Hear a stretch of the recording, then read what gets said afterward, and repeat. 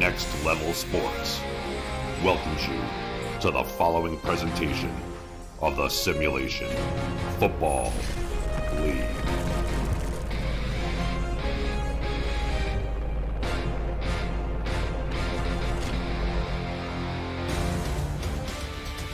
Good afternoon, ladies and gentlemen, and welcome to beautiful Houma, Louisiana, for the site of today's game between the Charleston Predators and the Louisiana Revolution.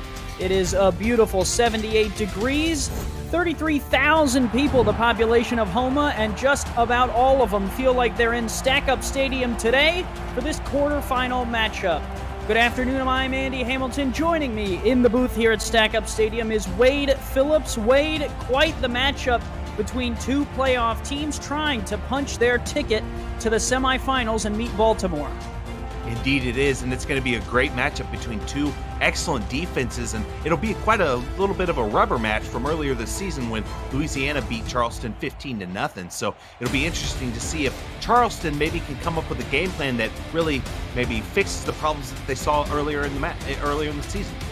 Yeah, a rare shutout in that one. 15-0 Louisiana beat Charleston, and it was all via the leg of the kicker for Louisiana. Otis Boudreau goes 5 for 5 in that game with a long of 51 to win the game for Louisiana. Charleston coming in here going to look for a much different result. Louisiana also doesn't want to discount that Charleston is a different team than what they played. I talked to Gerald Smith, the owner for Louisiana. He said that they have changed quite a bit, and we will see what that change might be.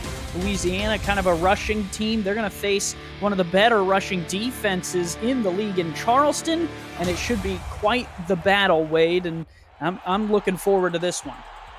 Indeed. I'm interested to see if both of these teams can really focus on defense and really force the other team to hurt them. Ball on the tee, Louisiana wearing green and white will kick it to Charleston wearing white with the black pants. And our final quarterfinal game of the Season 18 playoffs are underway. Charleston will bring it out from their own end zone, and the return will come out to the 22-yard line. 1st and 10 from there for Charleston's offense.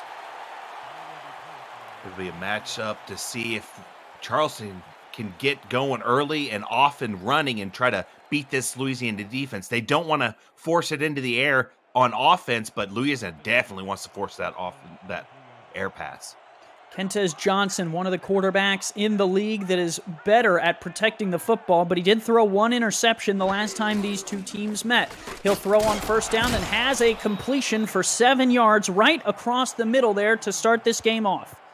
Started off with a quick pass, looked like a slant, got it, just almost basically a gimme right there. You get it, get 7 yards, start off with a bang. It was Raven Sabolka with the catch to set them up for 2nd and 3.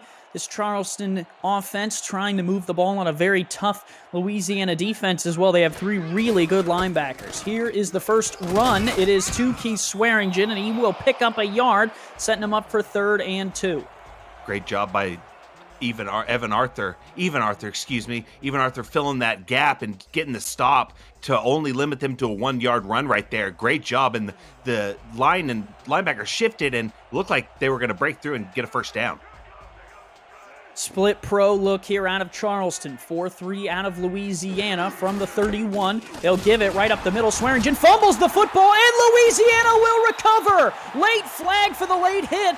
But it's Louisiana Revolution football recovery there on the defensive side by Slyn Shady.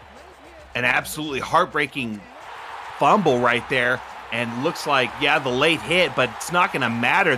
Louisiana gets the ball, and wow, they're going to tack on some extra yards. And now Louisiana gets the picture-perfect start to the ball game with this forcing this fumble, getting it back, and having some decent field position right now, looking to maybe punch the first points on the board.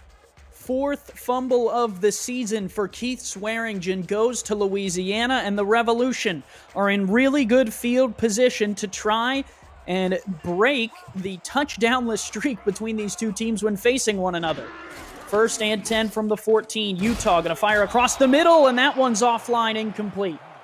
Looked like the quarterback targeted the middle where he didn't really have the most room to work with, but looked like had a mismatch on that left side, twins versus one cornerback, and looked like if he maybe targeted that left side, might have had a better shot at it. Utah, last time these two teams met, completed 80% of his passes. This season, he's averaging about 74%, so was up on the higher end in that game, but incomplete there to start this football game off. 2nd and 10 as Louisiana takes over. Here is the first run up the middle. This is a good one. It's Squarebush, and he's down to the 2-yard line. What a run right there from the rookie. What a way to start it. Like you said, Randy Squarebush gets it. Doesn't get the ball near as much as Colin Hart, but that time took it and ran with it and gets it to the 2-yard line and now forces a 1st and goal and very much has anything to do and pull out of their bag of tricks. Squarebush checks out. Colin Hart checks in. Free play here. They'll give it to Hart. Left side spins. Hart hidden behind the blocker and has the end zone. Touchdown, Louisiana. They are on the board to start this game off.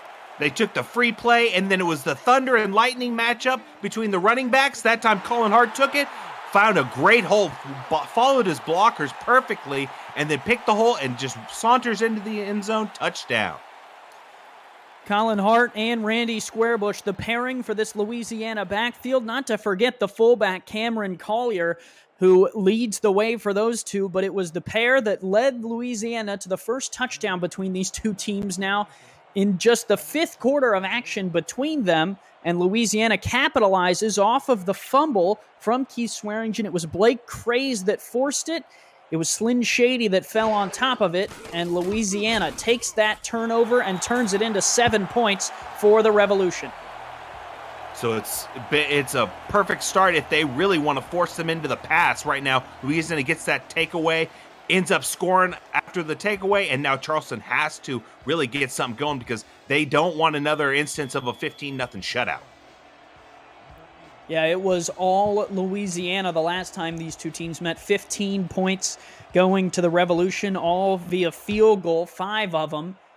And Charleston could not find the end zone or the uprights for that matter, and they will try and avoid that fate today. For a nice return out to the 28. If you're new to the SFL, the Simulation Football League combines traditional sports, esports, and a role-playing game all into one. Team strategies are being executed in real time by our simulations as real-life players compete on the virtual gridiron. For more information about this league, you can visit our website at simulationfl.net. The SFL, we put the fan in fantasy. Plenty of fans on the field here today. And Charleston takes back over. 1st and 10, a flip out Swearingen, and that one is read beautifully. Even Arthur out there to make the play. Great job by Even Arthur. Stayed in the flat right there and was able to seek out Swearingen and not let him break through. Great open field tackle, and that stopped the play and ended up 2nd and 10. Arthur, a 2-time All-Star, last in that game in season 15, 7th season in the SFL. 2nd and 10, back out to Swearingen. Swearingen makes the better of Arthur on that one, spins and picks up 5, and let's take you through this whole Charleston offense. Kentez Johnson, the quarterback, Swearingen, the halfback, Terrell Sutherland is the fullback, Ken McCarro, Buchanan Simons, and Jay Taylor, the receivers. Dusty Rourke, Lyric Da Vinci are the 2 tight ends, and Dusty Wilson is the left guard coming over from Sioux Falls in the offseason. 3rd and 5 here for Johnson. Johnson fires a beautiful post route that is complete. Defender fell down, and it's a 1st down to the 46. And now Charleston's starting to cook a little bit on offense. They're getting some passes go their way, and really, they need to keep this up. But great pass, and that's exactly what they needed. I don't know what happened to the defender right there, but looked like he just kind of stumbled and fell down. Looked like Tank Bennett just maybe lost his footing and got tripped up a little bit. Not often you see the 4-time All-Star fall down, especially at his home stadium. Not like he's working with new turf or anything. We'll have to see how that progresses throughout the day. Split backs pro here for Charleston. Offsides means a free play. They'll give it right up the middle, and Swearingen falls forward. They will accept that penalty, and this linebacking core for Louisiana doing good today so far. Yes, they are. They're doing a great job tackling, filling the gaps, and limiting Charleston really on every run play in that first drive. They got that fumble. Let's take you through this Louisiana defense. Brian Craven, Leonard Butler Sr., Luther Gond, Ross Napoli, and Chance Wall on that defensive line. Chuck Diesel, Blake Craze, Slyn Shady at linebacker. Even Arthur, Rolliman Hood are the cornerbacks. Mike Ryan, Tank Bennett, and Dante Grimm are the safeties for this unit. Grimm, the rookie on this defense. Here's the give. Swearingen smashed in the middle. Not going to get anything there. And that was just a great tackle. The linebacker filled the gap immediately and got the stop. Looked like Big Chuck Diesel right there got the stop, and they needed it because it looked like he had a little bit of a gap, but that hole closed instantly. It's an 18-wheeler meeting Keith Swearingen in the hole. 2nd and 6 after the 1-yard loss in the penalty. 4-3 look here for Louisiana. This one's a throw outside, tipped up and incomplete. The linebacker in coverage, Craze, floated over and made the play. Did a great job. 6'5" on the linebacker and got the hand up, knocked it down. Looked like might have been able to come up with it on the tip, but not so. But forces the 3rd and 6. And now we'll have to see what Charleston can do to try to get a first down. 3rd and 6 from the 42 outside of field goal range. One deep safety for Louisiana in a 3-2 defense. Short drop for Johnson. Flips out Swearingen. Got to make a man miss and cannot do so. Tackled 1 yard shy of the first down marker. It'll be 4th and 1. Slyn Shady with the play. And that time it looked like Tank Bennett on the tackle. Got the tackle before Keith Swearingen could get to that corner and get that first down. Great job forcing him out of bounds and not past the first down marker. Interesting to see what they do here at the 37. Offense still out on the field, kind of in no man's land here, just about 5 yards away from a field goal attempt. I could see him snapping this one. Swearingen is the lone back. They will snap it. They give to him. He hurdles a man and has the first down. A huge momentum-turning play for Charleston. And the junk at the line didn't hold him up. He squeezed through the hole and got the first down, just got just enough for what he needed. And now they are in Louisiana territory on the 35-yard line. Man, and for Louisiana's defense, you get them into 4th down and you let that happen. It just takes the wind out of your sails. We'll see how they respond. From the 35, they go Swearingen again. Swearingen, tough sledding, picks up a yard. And they have had to fight for every inch they've gained through the run game because really Rolliman Hood right there got a great tackle. Louisiana has come out to play to stop this run. They really want to force Charleston into the passing game. Nickel look here out of Louisiana. They're throwing a couple different defensive looks at Charleston on this second drive. Split spread look here, and they're going to throw, and that's a corner route that's caught right over the head of the defender. In for the score. A huge play for Charleston. Buchanan Simons will row the boat down the Mississippi for 6. And found the opening, caught, and no one was near him. He had the room to run. Look at this. I think it was a corner route. The defender goes up, tries to get the hand on it, whiffs on it, and then Buchanan Simons has no one near him and can just walk into the end zone, touchdown, and now Charleston a point after away from tying this ball game up. We had no touchdowns in the last meeting between these two teams, and in 3 drives in 1 quarter, we got 2 scores out of these 2 squads. A huge drive from Charleston to answer Louisiana's 7 points off the turnover. Extra point up and on the way. That is good. It is a 10-play, 72-yard drive that ends in a 34-yard touchdown pass to Buchanan Simons. He has been active, Wade Phillips, in the return game. Or very excuse much me, so. The receiving game. Yeah, and that time took it to the house and been very active, been targeted a lot, and that time took it, used that speed, and burnt the defense. And now they will kick it off to Louisiana. Louisiana benefited off of really good field position on the fumble. We'll see if they can make something out of some worse field position here. They'll start at their 23. The SFL convention is coming to the Las Vegas Strip July 10th through 12th. HyperX Esports Arena at the Luxor will host the season kickoff featuring all 28 teams in action, live commentary throughout the day, every game on the big screens, and your chance to be introduced to the world as a football star. Room rates, just $80 per night stay. Visit simulationfl.net/convention for more information on what the company does in the gaming, on the opportunity to reserve your room. I'm looking forward to the convention. Wade, I don't know if you're going to be there, but it should be really cool to see everyone at HyperX Arena. It will, and I'll be there. I'll be there with my wife, and we are looking for a fun time. We look forward to it. I'm sure the Las Vegas Fury are looking forward to hosting that. Speaking of hosting, the hosts for today's game, the Louisiana Revolution's offense, back out on the field. No give it. Left side, Colin Hart. Hart with a block. Hart down the left sideline. We'll get to the 48. You could just see that one developing, Wade. Yes, you could. He had blockers and had room to run. I think if maybe he bounces that out to the outside, I think he has room to run. See, breaks out on that block, where when he goes inside, that linebacker has a good clean shot on him and lays him out. Excuse me, that was a defensive back, but hey, if Colin Hart breaks that to the outside, that could be score right there. But hey, great blocking, great running, excellent play, and now they're sitting with a first down. Backfield by committee for Louisiana. Colin Hart and Randy Squarebush have both touched the ball today. They'll give it to Hart a second time, and that time he's not going to get as far. Cut down there by Jack Hoffman. Yes, Jack Hoffman got in there fast, closed the gap, and limited them to a 1-yard run. And now Charleston's defense has been doing everything they can to force this Louisiana team to try to hurt them through the air, and it looks like they might go through the run. Split backs. Here's the give right up the middle. That is Cameron Collier. Interesting note on Collier, Wade. He was actually the leading back in terms of yards per carry the last time these two teams met. Squarebush and Colin Hart both under 2.5 yards a carry, and Collier on 3 carries got 3 yards apiece. It was definitely a very reserved game for the halfbacks and fullbacks, but this game, we'll see if it can break the mold.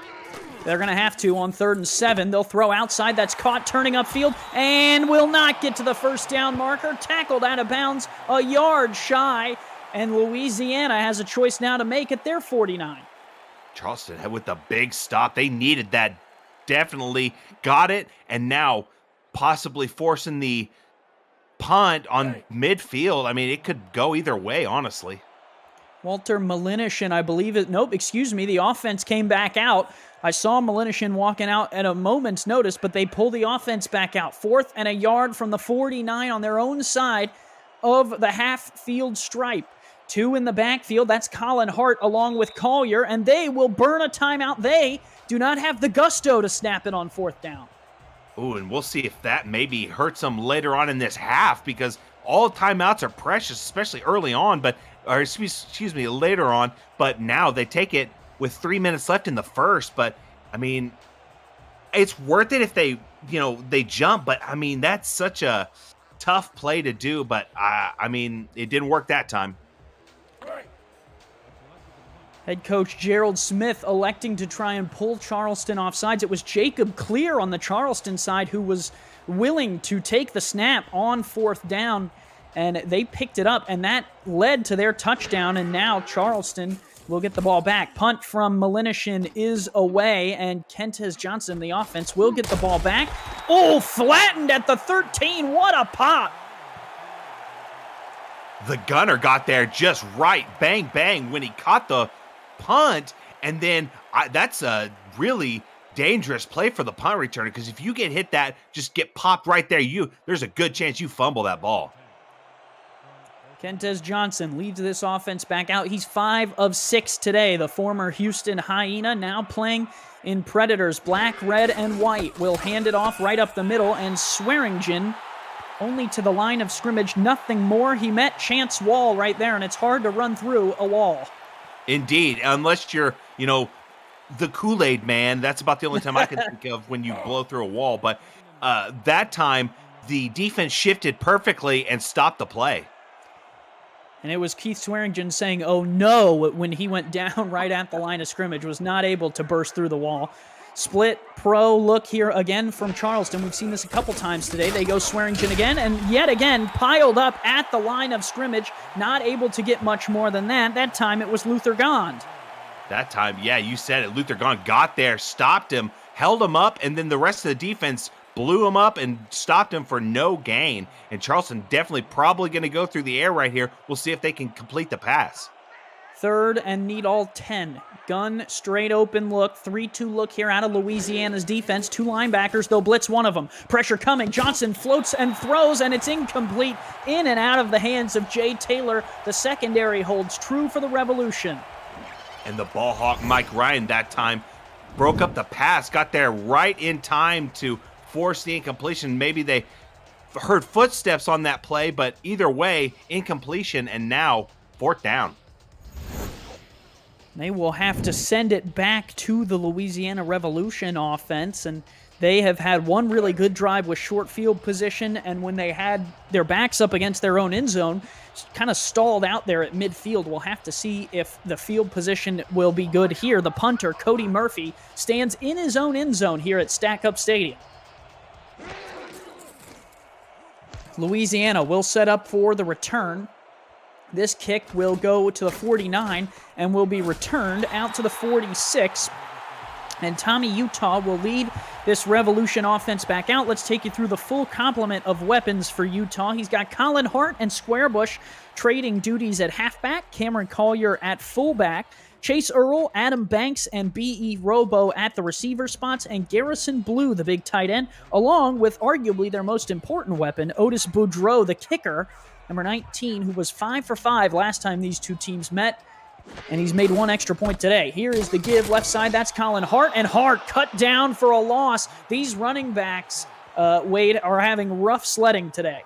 They are. This whole defense for Charleston is just swarming to the ball and not giving Louisiana anywhere to run. And really, Louisiana, they've got to get something going because they've got some of their best field position of the day. And really, they just need to get into Otis Boudreau's range because he is almost automatic. Man defense here on the outside. This is a gun look here for Louisiana. They'll try and throw out of it. Pressure coming for Utah. Fires on the deep corner route, and it's deflected. Incomplete. Charleston's Corey Menner was there to make the play. That time just couldn't put enough mustard on there to get to B. Robo. Couldn't just get it over the defender. The defender knocks it down. Great job. And now Louisiana, scratching their heads, going to have to pull out a bag of tricks, a trick from their bag on 3rd and 11. 3rd and long here. It's a quick 2 plays to get them to this 3rd down. They're at Charleston's 47. 4 receivers wide. Here's the play action for Utah. Moves a little bit in the pocket. Fires to this near side. Caught and sliding out of bounds there is Chase Earl, who is unable to pick up the 1st down. And at the 38, I don't think they can kick the field goal, Wade. Yeah, I mean, I think that's pretty close to the extent of Otis Boudreau's range. I mean, they only need 2 yards for a 1st down. I mean, yeah, it looks like they're just going to go ahead and settle and try to kick a punt. Walter Malinishin is on to punt it away, his 2nd year in the league. Very good in his own right. We'll see if he can pin them deep. Charleston coming after it, almost got there. And Malinishin gets it away, and this one will bounce at the 7. Oh, over the head of the defender for a touchback. Just a heartbreaking drop right there for the special teams unit. It looked like maybe the gunner would get the ball and down it at the 1 or 2, but just right over his head into the end zone, and now a touchback. Just take over on the 20-yard line, Charleston does. Man, devastating for Malinishin. That punt is about a 19 or a 29-yard net. That is not very good if you're not aware of how much the net punt should usually be. Here's Swearingen, and he will cut into that on a little bit of a screen. He'll pick up 4.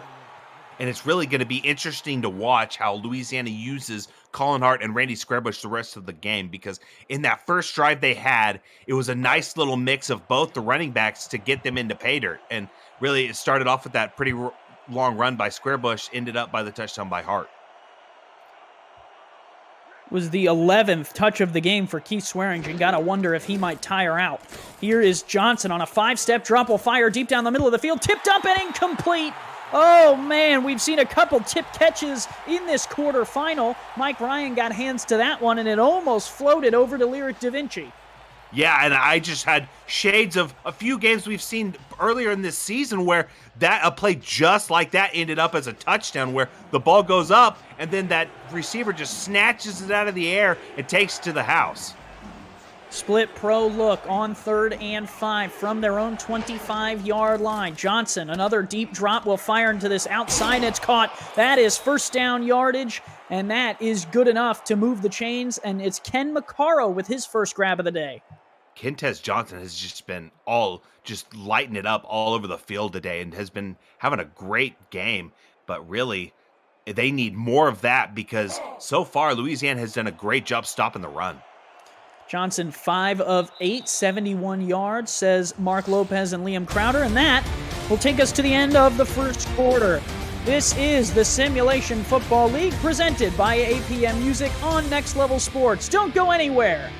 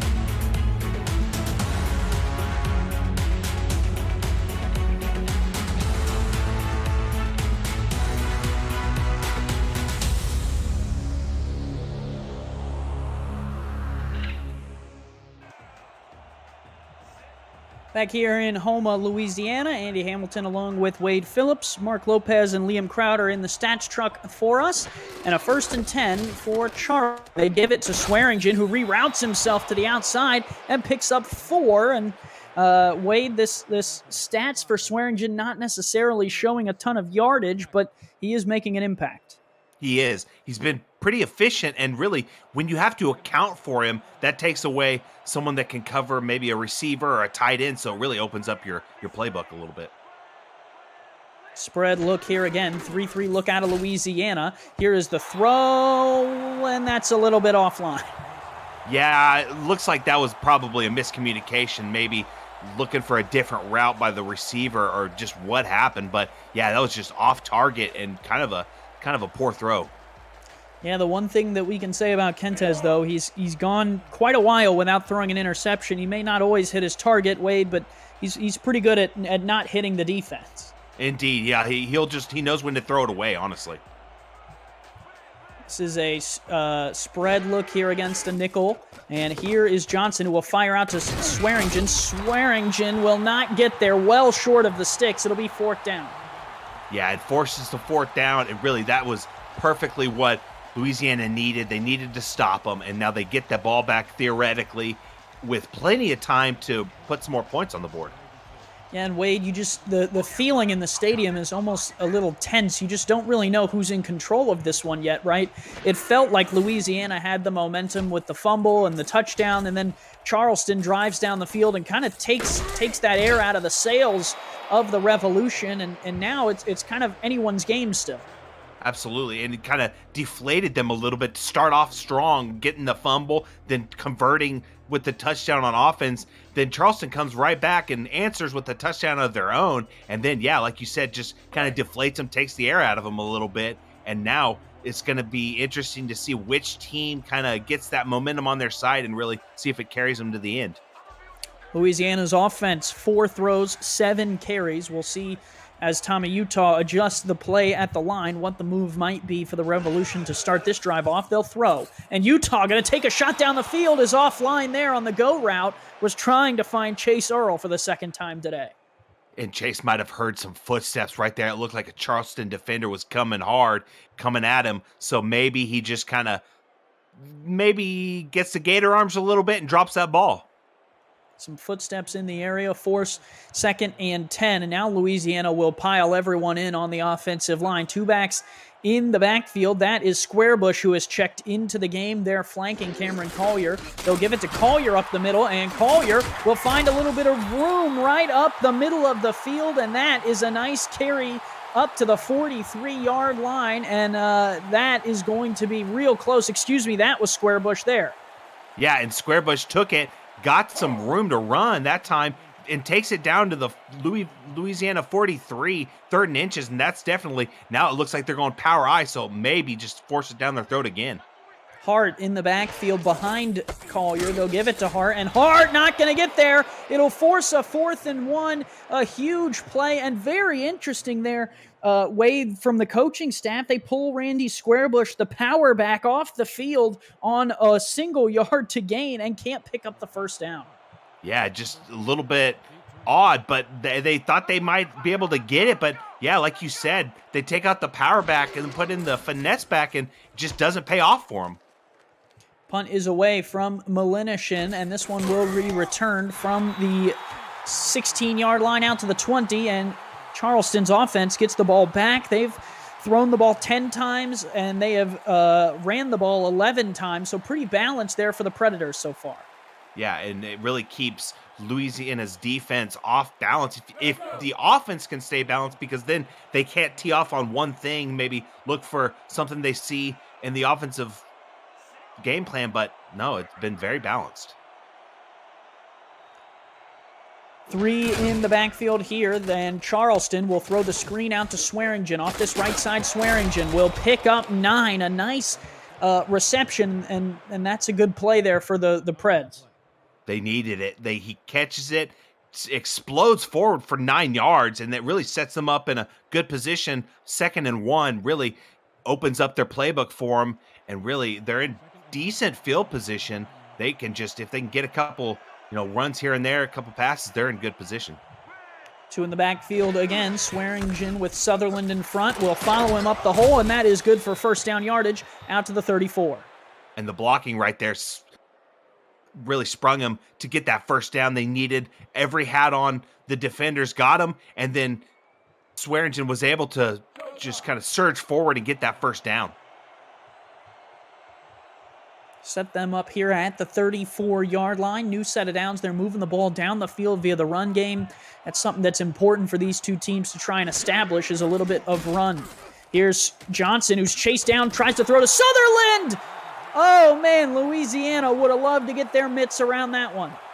Yes, they would have, because that was prime position for maybe even a pick 6 right there. But, hey, Sutherland gets the dump off called to him, just couldn't come down with it. The defense was swarming to him, bobbles it, and gets knocked out. Sutherland almost looked a little surprised that Johnson was willing to throw it with Blake Craze in the area, and Craze makes the deflection. 2nd and 10. This time a flip out to Swearingen, who was ready to receive it, and Swearingen will jump a man and get out to the 41. Fighting for every yard right there. Gets enough to get to a 3rd and 3, but really, Louisiana's defense has been doing a great job on this drive, really limiting them to short plays, and Swearingen's only averaging 2.3 yards per carry, and that's after 11 carries. He's touched the ball 16 times. For context, that is more times than Kentez Johnson has thrown the football, so a lot of touch for Swearingen here early. Here is the throw outside. That's a catch for Simons. Simons in a foot race down the sideline. He'll get to the 12. Buchanan Simons making an impact here. And it was a similar play to what they scored on earlier. That corner route gets open. The defender goes for the tip or the interception, but right over his head, and then Buchanan Simons onto a foot race. Luckily, that time for Louisiana, it looked like Tank Bennett got the tackle to really save the touchdown. Oh, man, a huge play for Charleston. Really flips the field, and now they are facing the end zone with Kentez Johnson really feeling good about where they're sitting. Big play, Buchanan sets him up again here. 1st and 10 from the 12. Swearingen will get clotheslined at the 10. And they've got some good field position there. 2nd and 9 on the 10-yard line. So theoretically, a first down gets you 1st and goal on the 1-yard line. So, I mean, it'll be interesting to see what they try to run and maybe get possibly a first down to set them up with 4 more tries. Got to be careful here. Jay Taylor over there in the slot. He's got a catch for 20 yards. Here is Johnson. He fires outside. That is caught. Sliding down. They'll give him 3rd and inches at the 2. Didn't get the first down, but Ken McCarroll hauls it in. Yeah, and at this point, I mean, you maybe run something that's been working for you today, just pick up those inches, just a few inches, and you've got a whole nother set of downs. Sutherland in front of Swearingen. They also have McCarroll on the field. Here's the give. Swearingen right up the middle and in. Touchdown, Charleston. They retake the lead. The Predators with a big play from Simons. Find Paydirt with Swearingen. That was great blocking up front, getting a hat on all the defenders rushing, and then picking your hole, squeezing through there, and just getting small and getting into the end zone. And now Charleston up ahead for the first time in this ball game after that heartbreaking fumble on that first drive. And now it's going to be see if Louisiana can respond and maybe try to tie this ball game up, or hey, put up 3 points. Quarterfinals so far have gone chalk. The Vancouver Legion move on. They were the number 1 seed. The Lone Star Glory beat the 5 seed as the 4, and Baltimore as the 2 seed advanced over London. Charleston, so far in the lead, would be the only upset of the quarterfinals, but we still have a long way to go, Wade, to try and figure out this one. We do. It's going to be unfolding in front of us, but it'll be interesting to see how the rest of the playoffs play out. Only 7 points worth of difference, but in the first game between these two teams, 1 touchdown was almost over impossible to come back from. So these two teams really trying to switch things up here on these tough defenses. Let's return out to the 24. The SFL has partnered with Rare Drop and Rare Drop Sports to advance live events and distribution. Live and in-person championship weekends, rookie drafts, and community events are in the works. Visit raredrop.co. That's raredrop.co for more info on what the company does in the gaming community, and follow Rare Drop Sports on Twitch at twitch.tv/RD Sports. That's twitch.tv/RD Sports. Through receivers wide here, Tommy Utah will check it down there into the backfield, and that is a mistake. A loss of 3 to start this drive off. Yep, it was a dump off right there, a little check down. Unfortunately, the defense was ready for it. They swarmed to Collier and just stopped him in his tracks for a loss of 3. And now I think he was kind of surprised to get it, and then even more surprised that the defense swarmed so fast. Utah trying to shake off some rust. 2 of 5 today. He'll throw again for the 6th time. This time on a corner route that's caught and down the sideline to the 46. That is a huge play for Louisiana. B.E. Robo may have just woken this offense up. That time, B. Robo got the corner route. It looked like that right side was open. It looks like they had a mismatch right there. He caught it and then takes it a little bit farther, gets the first down, big first down, and now they are sitting in decent field position past midfield, so really, they're looking to score. Over 1,000 yards this season on 92 catches. That's 9th most in the league for Robo, and he will flip the field here for Louisiana. They're on the Charleston side of the field for the first time, Wade, since that fumble recovery. Indeed, and really, they haven't had much luck getting any field position going. Otherwise, they had that one where they kind of started on about the 46-yard line, but ended up not getting anything on that drive. Utah 3 of 6 today now, and they've given it to Colin Hart 7 times, Squarebush 1 time, Collier 3. They'll give it to Hart again. Hart stringing it out across the left side. There's the speed of Colin Hart to set him up 3rd and a yard. They needed that speed because there were a lot of Charleston defenders in that area, but Hart was able to pick up quite a few yards on that play and brings down to a 3rd and short, and now it's a very manageable 3rd and 1. They need a yard. They are in the shotgun, however. To have 2 receivers here to the bottom. A quick out would work. They're going to throw it out to Hart out there, and that's a beautiful play for a first down. The open space was on this near side Wade, and they were able to find it. Yes, they were. And really, all they had to do was get it even remotely close to Otis Boudreau's field goal range because, hey, when you've got just almost an automatic 3 points on your team, you just need to get it close.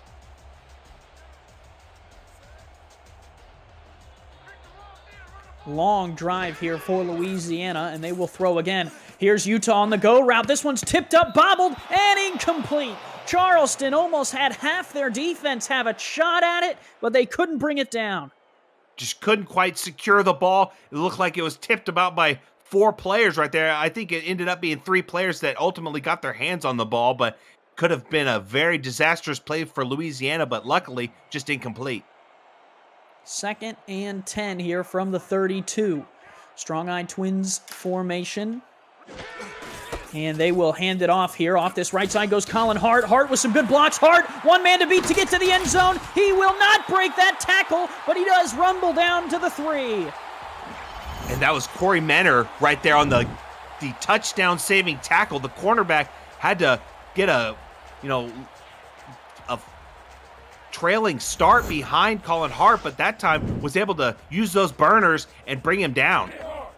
Menner came from the opposite side, has a pass deflection and that big tackle to save the score. We'll see if Charleston can hold Louisiana out of the end zone. 3-3 look here out of the Preds, and they will give it to Colin Hart right up the middle, and Hart will walk the dog right into the end zone. Couldn't score on the last play. They give it to him again, and he earns the touchdown this time. Andy, on that drive, it was all about the blocking. The blocking kept the quarterback up on the pass plays, and then the running game, it all started with those big blocks up front. They got hats on all the defense, and that started with the wide receivers, the tight ends, and the line. Everybody blocked, and that paid off in 6 points, hopefully for them, 7 points. But now, really, this line and all the blockers are doing a phenomenal job just bringing them for big gains. Charleston's last drive, 8 plays, 80 yards. Louisiana answers with an 8-play, 78-yard drive of their own to put points on the board, matching the 7 points that Charleston put up, and we are back even, Wade, at 14 apiece. We are, and really, it looks like possibly that over-under could be threatened a little bit already. We've got 28 points in this first half, and we've still got about 3 minutes left to go. Still plenty of time. We'll see if Charleston has another drive in them to score before the halftime break. Kick is away here, and the receiver for the Predators will bring it out of the end zone, get a little caught up there, and will only get out. This will be bad starting field position for the Predators. They'll start at the 19. That was some great special teams by the gunner unit right there to really stop him before he even got to the 20-yard line. You don't see that often. Mark Lopez, Liam Crowder in the stats truck for us. Want to thank both of them for being here, as well as Cameron Irvine producing the game behind the scenes. And all games this quarterfinal weekend has done a wonderful job making sure that all the teams and league get all the production value that they deserve. And speaking of deserving, there's Keith Swearingen, who deserves another 5 yards there and gets them. And really that helps his average because he's only at 2.3 yards per carry. That will definitely help getting 5 yards, but really, they haven't really necessarily had to use them that often. It's been the passing game that's gotten them big chunk plays. Gun split pro look here on 2nd and 5. Only 3 or 4 down linemen for Louisiana. Johnson pressured and he'll get dropped. Pressure came down from the right side of the field, and that sack is made there by Leonard Butler Sr. Gets the sack. The big Leonard Butler Sr., 6'6", 278, 2-time All-Star, gets back there in a hurry and just knocks down Kentez Johnson for a big sack. And Louisiana defense needed that. That'll be the 2-minute warning. It's the Simulation Football League quarterfinal presented by APM Music on Next Level Sports. We got more football coming. Don't go anywhere.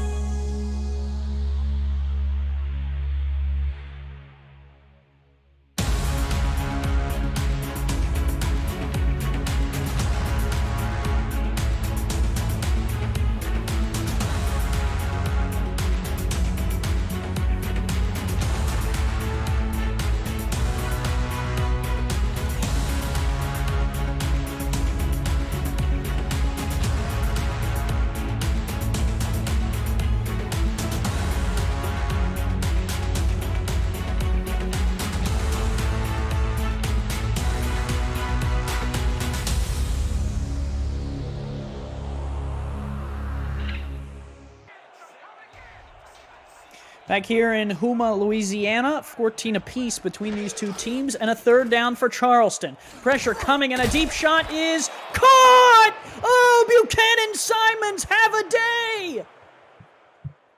A very acrobatic catch. He goes up there and just picks it out of the sky. Looked like he mossed him. Goes up there, gets in front of the defender, and then just grabs it out of the sky. Wow, I thought the defender was going to go up over the receiver and catch that, but wow, great job by Buchanan Simons to bring that down and get that first down. Wow. 3 snags, 104 yards and a score for Buchanan Simons. In the chat earlier, he said Louisiana better double him. They are not doing that so far. Give to Swearingen. He'll slide for 2. And it's interesting, Wade, here. They're not going hurry up. No, they're not. And I'm very surprised because, I mean, you would think they'd want to get at least a couple points on the board before half, but doesn't look like they're hurrying that much. Trips tight formation here. Louisiana rushing another defender over to this near side of the field. Here is a 5-step drop. Kentez fires. That one's tipped up and incomplete. Oh, man, Blake Craze had a chance at the pick and maybe 6. Oh, just heartbreaking. You know he wanted to grab it, but maybe he needs to go to the jug machine a couple more times this week and work on those hands a little bit because, the tip drill and then to almost come back down with it, just frustratingly close. Dante Grimm was the one who got the first tip to it to make it possible for the linebacker to come down with the interception. And for Grimm, you know he's got to be walking over to the sidelines yelling, "Come on, man, I'm putting you in the position," right? As a rookie, that's all you can ask to do is make the most of the moments you're on the field. He did so there. And now it'll set him up 4 wide for 3rd and 8. From the 41-yard line of the Predators, here is Kentez Johnson to throw. Johnson fires across the middle, offline, was looking for Simons, and that is going to force them to punt. He tried to target his favorite target in this game, but that time the defense, it played right into the defense's hands. The linebacker was right there to knock the ball down. Looked like he might have had a few more targets downfield that might have been open, a little more open than that, but unfortunately picked out the wrong target, and it's incomplete. Now, Buchanan Simons said, "I'm not catching anything that's not 30 yards or more. That was an 8-yard throw. No thank you for me." Punt is away for Charleston, and this one will get fielded and return just a little bit out to the 26. Simons, 3 catches, 104 yards. That's 34.7 yards a carry. Wade, our stats team, bringing us those numbers. That's ridiculous. Yeah, that's a hefty chunk on each play, and really, I mean, every time he's caught it, like you said, that's 30, almost 35 yards every single time. So if you can lean on that per pass play to him, I mean, you're in a good spot. See what Louisiana does here with 52 seconds to go in the second quarter of action. And we'll start with a run right up the middle for 3. Coming up on the APM Music Halftime Report, Cameron Irvine and Stephen Hacker will break down the first half between the Predators and Revolution, plus a look at the SFL Honors Ballot. It's all coming up on the APM Music Halftime Report. Won't want to miss that. Always exciting to see Stephen Hacker's mustache. I mean, the whole halftime show is great. Split backs here on 2nd and 7, give up the middle, and that is Cameron Collier who will pick up a couple yards there, and nice to see them getting the fullback involved on some plays that aren't, necessarily the most important of the game. Speaking of mustaches, that was a pretty impressive duster he had on. Yeah. 3rd and 3, and I don't know if we'll see a snap here. Louisiana will take the snap, and here is Utah who fires outside, caught, and a little bit of yardage there. The first catch for Garrison Blue to round out the half. And that was a nice grab on the outside. That will take us to 000 on the clock at the halftime break. The quarterfinal in Louisiana. We'll take a short break and be right back with the APM Music Halftime Report.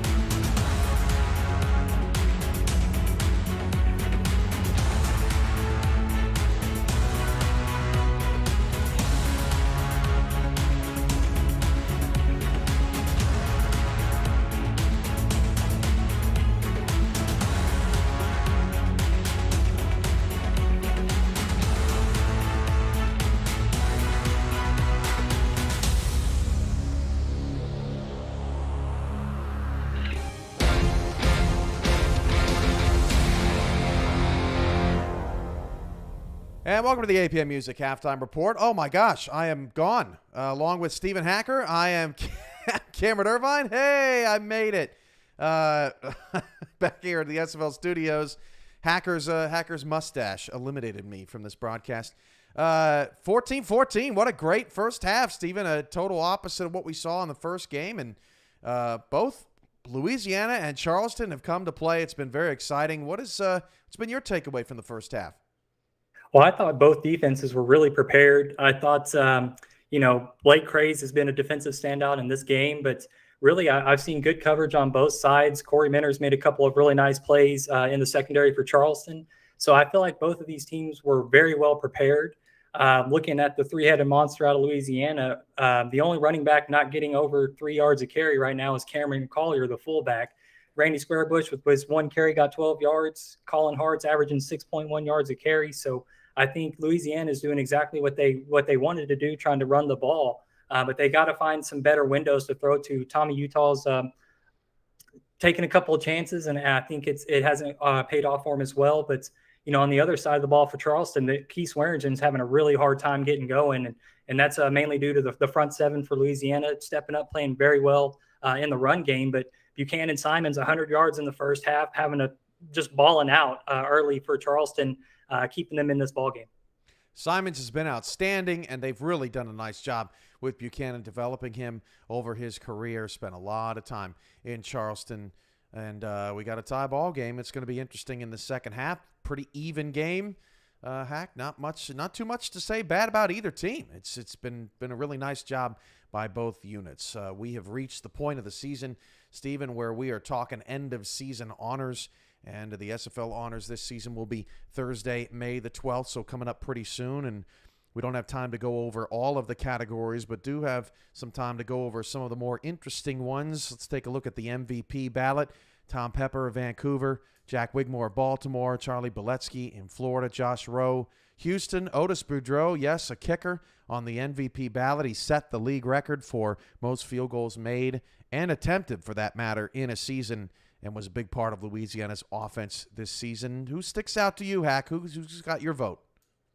I do want to take a minute to highlight the strong safety Josh Rowe for Houston. I felt like he had a tremendous season, tailed off a little bit towards the end, but through the first 9-10 weeks of season 18, Josh Rowe was a phenomenal, just a class above everybody, in my opinion.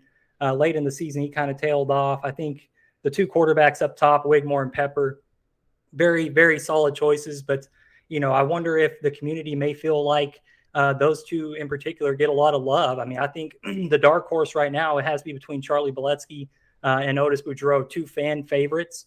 Personally, I don't have it in me to vote for a special teams player to be MVP. I do know Otis. Otis is a great guy. But again, it's just how I view things. I don't know that a special teams player should be in the conversation here, but fantastic season nonetheless. As you see there, set the SFL record with 35 field goals made. Really kept Louisiana, kept them in a lot of ball games, won them a lot of ball games. And so I can see why he's in the conversation. I just don't know that there's enough there when you look at the other four candidates to get the nod from me. I like Beletsky. I like Pepper too. The guy's had a sensation. It hasn't had a season that blows your mind from a quarterback statistics perspective, but he is definitely their leader, and they are certainly having one of their best seasons. So I think he's probably in the running there. Okay, how about Defensive Player of the Year? This was an interesting one. Saw a lot of outstanding performances on some teams that aren't necessarily at the top of the standings. Clint Hendershot led the league in tackles. Jaden Swift was a monster leading that Tulsa defensive front. Emmanuel Blackman, one of two players with 10-plus pass deflections and interceptions. He's been a stat sheet stuffer this season. And then, of course, Rowe, who we talked about. He's probably your favorite, Hacker, considering that he's also in the MVP race. Yeah, and I feel it's a little one-sided here. If you're going to have Rowe in the MVP conversation, I feel like it's a disservice to throw him into the defensive player of the season as well, just because I think he's a shoe-in. If he doesn't win the MVP, it's a shoe-in here for Josh Rowe, in my opinion. But always a solid candidate, Clint Hendershot, somebody that did great work throughout the league, has been in a couple of different teams, but has settled in here with Carolina and bringing that veteran presence to them. I think, if you're going to look for somebody outside of Josh Rowe, I think Clint Hendershot is definitely very deserving of a nod here.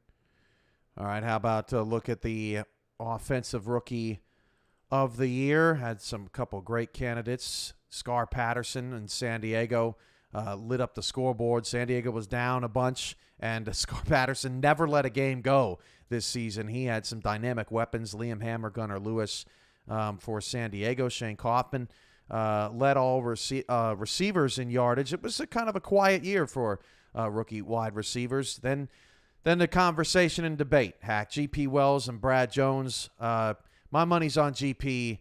I think he became what Colin Hart was years ago for Sioux Falls, now doing his thing in Louisiana, needed a fresh start.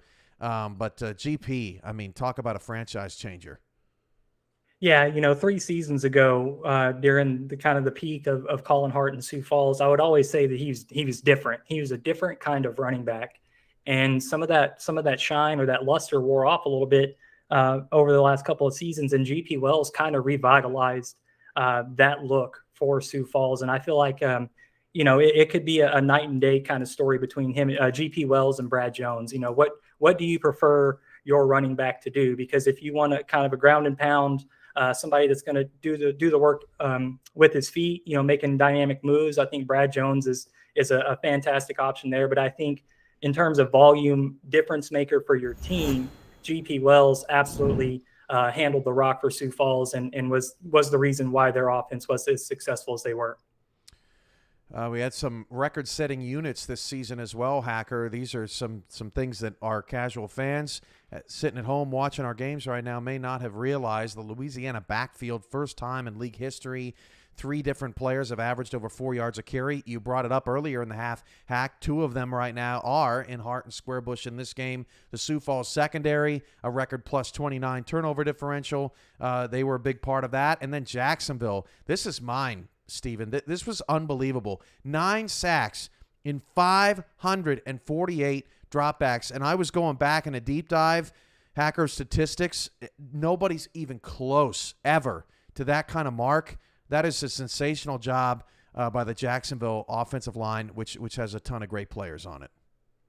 Yeah, a huge nod to Sioux Falls. I think you could put their defensive backfield in this category every year, every season.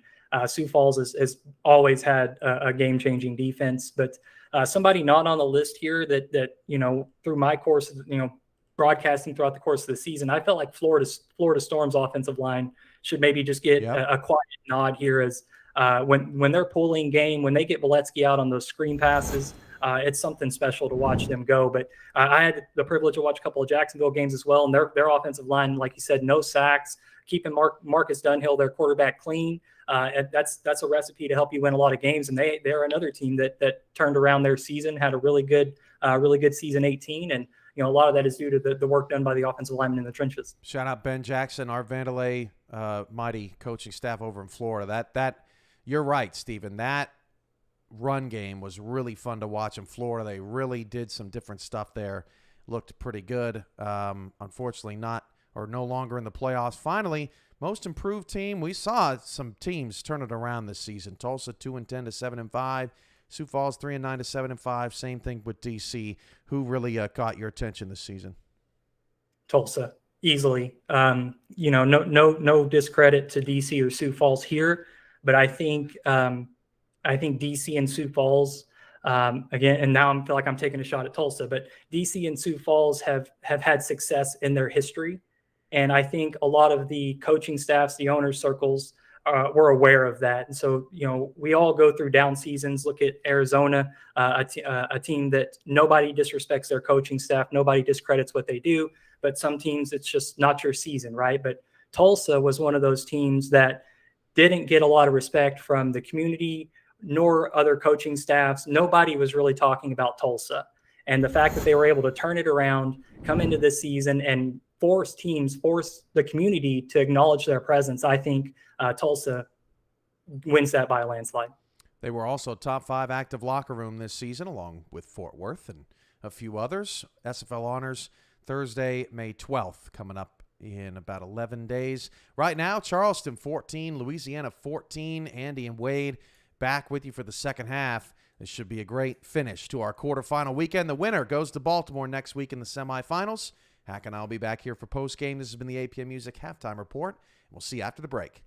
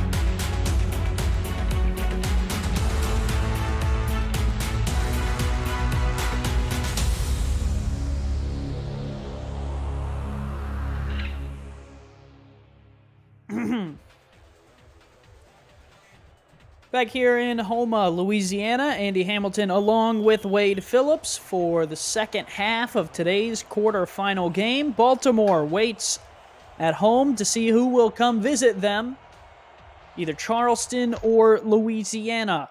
Kick is off and we are underway. 22 minutes to decide who's heading to the SFL semifinals. Return here for Louisiana. They'll start with the football at their own 23. Wade, only 9 passing attempts for Tommy Utah in the first half. And it really led to them getting 2 scores. So, I mean, it's working. It's not really got them the lead. They had the lead earlier, but hey, I mean, if they can limit their passes and still be able to score with the run, I mean, I'd call it a win. See what they have in store in this second half. The third quarter is underway, and they will start with a run right up the middle. Cameron Collier ended the first half with the carry, and he will start the second half with the carry. Yep, and keeps that average going up. Got 4 yards right there. And really, Louisiana is such a dangerous team running the ball just because they've got the 2 star running backs. But then Collier can hurt you on the ground and through the air as well. Now they'll go 3 wide, tight end flex, 4 down linemen for Charleston. And here is Utah on a 7-step drop. Pressure coming. He will unload one deep down the middle, and it's caught for a huge yardage to Garrison Blue, the tight end. No, that's B. Robo, excuse me. Yeah, and really, Tommy Utah just got that out at the perfect time. Luckily, they called a play where the running backs and the fullback were back there blocking because they needed it because Charleston's defense was getting back there in a hurry. But luckily for Louisiana, Tommy Utah throws it down the middle to the post route, and they catch it and get the big first down. Third grab for Robo, up to 69 yards. A really nice catch there will set them up at the 41. Utah fires outside. That one is complete. Another 4 yards on that grab. That one made there by Adam Banks. So far, Louisiana's offense has done a great job adjusting for this second half. What they're doing is working. Charleston's defense a little slow in adjusting to what Louisiana's doing, but hey, this is their first drive of the second half, so really I think getting to see them and see what they're kind of doing will be able to maybe adjust a little bit. Just like that, Tommy Utah up to 7 of 11. trying to find the always open receiver, and he fires down and finds one right there. Chase Earl down to the 12-yard line is number 12, 1st and 10.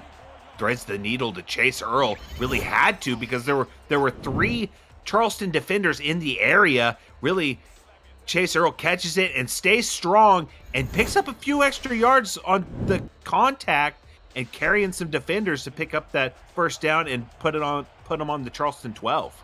Utah leading the charge here. They have 3 passes to 1 run on this drive. They'll run it for a second time. This one right up the middle, spinning. Colin Hart down to the 4. The blockers right there did an excellent job springing the holes and getting them through there. Colin Hart saw the hole and exploded, picks up just enough to make it a short play for the next to get the first. But really, Colin Hart, great spin move, breaking the tackle and getting down there close to the goal line, really. And now Louisiana is very much threatening here on the goal line. Yeah, Charleston's defense has their backs against the wall on this opening drive here of the 3rd. Got 4 down linemen right here at the 4. Louisiana can pick up the first down. Here is the give, right side, and that is enough for the first down. 1st and goal with 1 yard to go is the first down carry there from Squarebush. And I would say theoretically, although Otis Boudreaux, I would say probably automatic from this range unless they block it. But hey, they've got theoretically 4 plays to try to punch it in, and they have the people to do it. 2 backs in the backfield. That's Hart along with Collier. Utah under center will look to throw for the 13th time today. He floats one back in the end zone. Oh, sometimes those are the most dangerous, Wade. And Charleston had a huge chance at that one. Josh Reese. Oh, I have flashbacks of a few times in the games I've watched that my player plays on where that's an interception right there. The defender almost jumps the route, like you said, a very dangerous play. One of the more dangerous plays that you see on these teams play, but that time incomplete and very luckily for Louisiana. Reese dangerous back there. 3 picks the last time.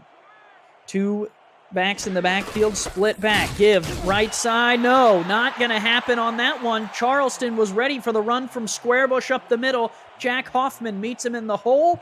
3rd and goal. So far in this goal line stand, Charleston's defense playing bend, don't break defense, and it's working, but now Louisiana has at least 1 more shot at the goal. Split backs again. Squarebush still the back. They'll give it to Collier instead, and Collier's in! The fullback will rumble home for 6 points for Louisiana. And no one was around him. He just walks into the end zone. Well, actually, number 42 was right there, but just couldn't come up with the tackle. Jack Brown just couldn't quite wrap him up, but hey, great job by Louisiana's offense to get that touchdown, and now they're ahead in this ballgame for the first time since about 5 minutes into the ballgame. For this backfield of Colin Hart and Randy Squarebush that gets all the shine, Wade, it's Cameron Collier who finds himself in the end zone on that drive to cap it off with 6 points. A 9-play, 77-yard drive is good for 7 for Louisiana. They take a 7-point lead over the Preds. That was a very methodical drive for Louisiana. They need many more of those in this ballgame to really pull ahead and leave themselves with a lot of room to play with, because Charleston's offense can hurt you in a hurry, and we've seen it twice already in this ballgame. Ball on the tee. Predators awaiting the return. And Louisiana's Boudreaux will send it away. This one will be brought off the goal line, out across the 15, across the 20, and not much further than that. Charleston will start at their own 20-yard line. Visit the SFL website at simulationfl.net for links to apparel from Sector 6 and SFL mini helmets from 97 Sports Promotions, plus features from our content team, including Swamp Talk, Power Rankings, and many more feature series. See all the league records, team stats, player leaderboards, the rankings of the next class of SFL talent, and so much more. Simulationfl.net, your home for everything SFL. Here is Kentez Johnson floating across the middle and incomplete. Chuck Diesel got a hand to it. He was trying to find Maccaro. Couldn't quite get it, but hey, he'll take that pass deflection, and they needed it because Charleston looked like they could threaten right there, but the defense plays strong, gets the deflection, and Charleston's going to kind of come back and try to maybe drive down this field just like Louisiana did. This home defense for Louisiana is known for shutting teams down. I'm sure their offense would appreciate if they could get them the ball back here with only a single score lead. Swearingen deep in the backfield will get the throw on the screen, and he will fight forward and make it a little bit more manageable, 3rd and 6. Didn't have much room to run with. He had daylight a little bit, but then those defenders closed quick and stopped him, got the open field tackle, limited him to just a few yards, only 4 yards on that play, and now 3rd and 6, and they've got to do something to get a first down because they are slowly running out of room in this game. Bunch formation here, 3-2 look out of Louisiana's defense. Johnson under center, will hand it off right side Swearingen. Swearingen threw one though and has the first down. Oh, what a play called by Charleston. That time it looked like the defender was going to wrap him up in the backfield, but Swearingen broke through the tackle, played strong right there. 59, almost gets him. Chuck Diesel breaks through the tackle and then gets wrapped up, and Dante Grimm gets to the tackle eventually, but hey, they needed that. Keith Swearingen keeps on chugging along, and Charleston very steadily driving down this field. Longest play before that one for the rushing game of Charleston was 6 yards. On 3rd and 6, they hand it off and pick it up. And that play right there just goes to show you how the running has been for Charleston. So what a play call on 3rd and 6, Wade. Yes, indeed. Charleston's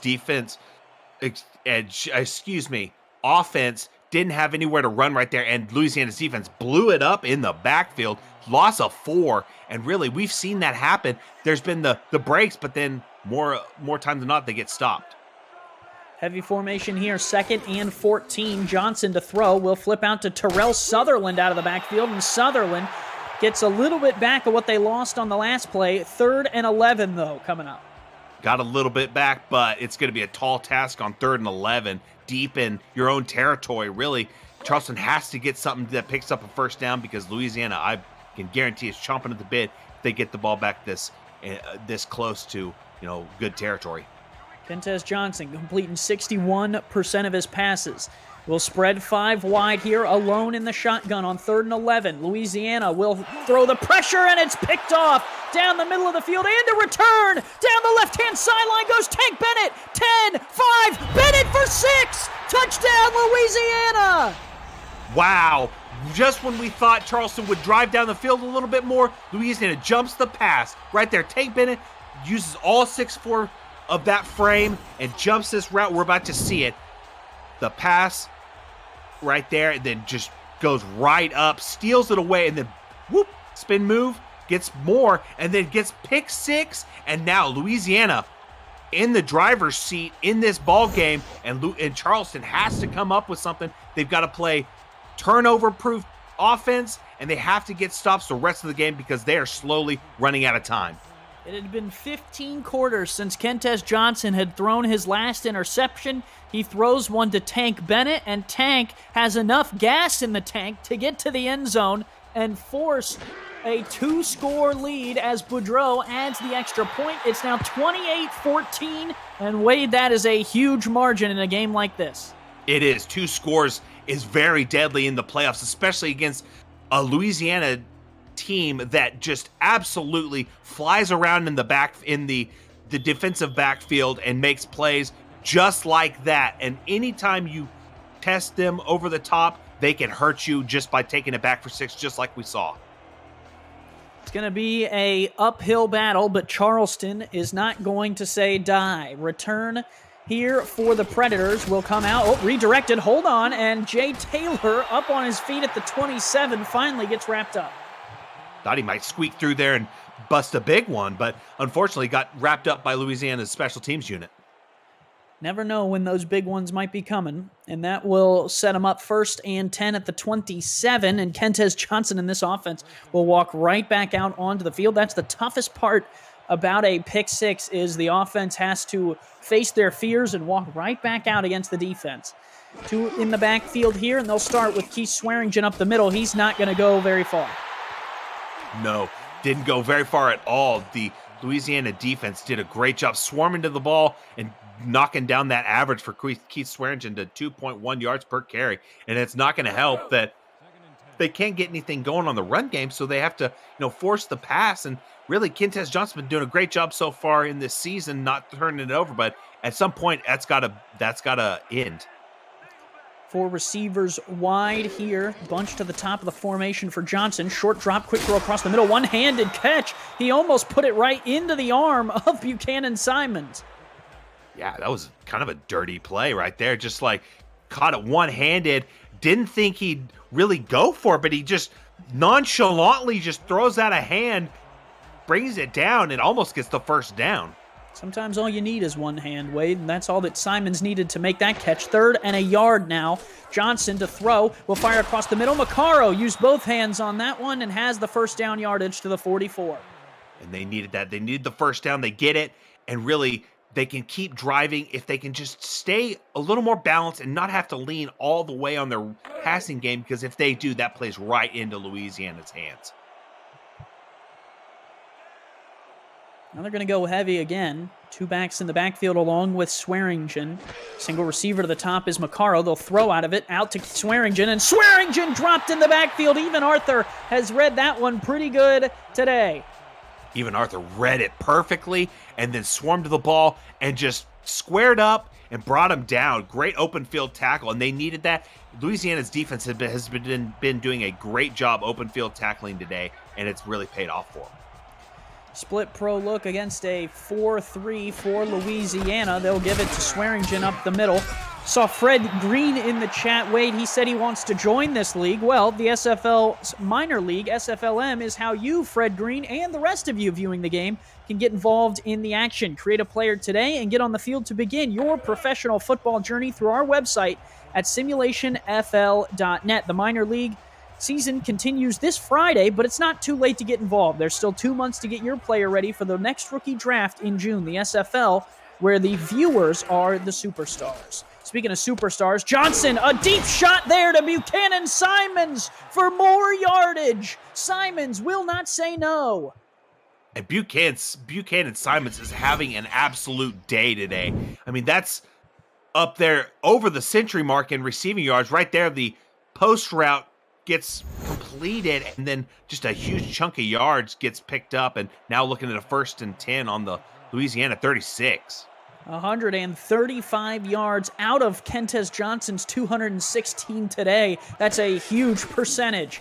Johnson, 5-step drop again, fires to this near side. That is caught. Ken Macaro to the 26, moving the chains again, and this Charleston team, Wade, will not give up. No, they won't. And really, they made a great play call on that play to force the combo route on that bunch trips on that left side, and eventually Ken Macaro got open and got that first down just when they needed it. High spread look here. 3-3 defense out of Louisiana. They may be expecting run. Here's a short drop from Johnson. Going to fire outside to the right-hand side. Swearingen spins once, spins twice, and will take the hit there at the 22. Great play by the defense to stop him. Swearingen had a nice little swinging pass right there. Caught it, picked up 4. Thought he would pick up more with the maybe breaking a tackle there, but no, the defense swarmed, got him, brought him down. 2 receivers split out. Pro look here. 4-3 out of Louisiana's defense. Give right up the middle. Swearingen runs into a lot of traffic, and he'll pick up a couple. It'll be 3rd and 6. In this second half, Louisiana's defense has been doing an excellent job stopping the run. Unfortunately, they had, gave up a big play, but before they got the pick 6, so really been kind of a wash in the passing game. If anything, it's a win for them, but really Charleston's offense has to come up with something and maybe get in the pay dirt. Need to get down to the 15 to move the chains. Trips tight formation here. Nickel look out of Louisiana. Here is the quick throw from Johnson. Caught! Hauled in by Ken Macaro down to the 13. Now Ken Macaro shows his one-handed catch skills right there. Caught it, pick up the first, and now they've got another shot to maybe put some more points on the board. Right on the doorstep. They really would like 7 instead of 3. And Johnson knows that pick 6 he has to make up for, and he's been doing it on this drive. Really good job. Now up to 69% completion percentage. Gun split pro look here. Johnson, short drop out of that. We'll check underneath. Macaro with the grab down to the 9. And a first down puts it on the 4-yard line if they get, the perfect 10 yards on the down. will take us to the end of the third. Louisiana jumps out in front. Can Charleston respond? Get your fours up in the chat. It's the SFL quarterfinals presented by APM Music. We'll be right back.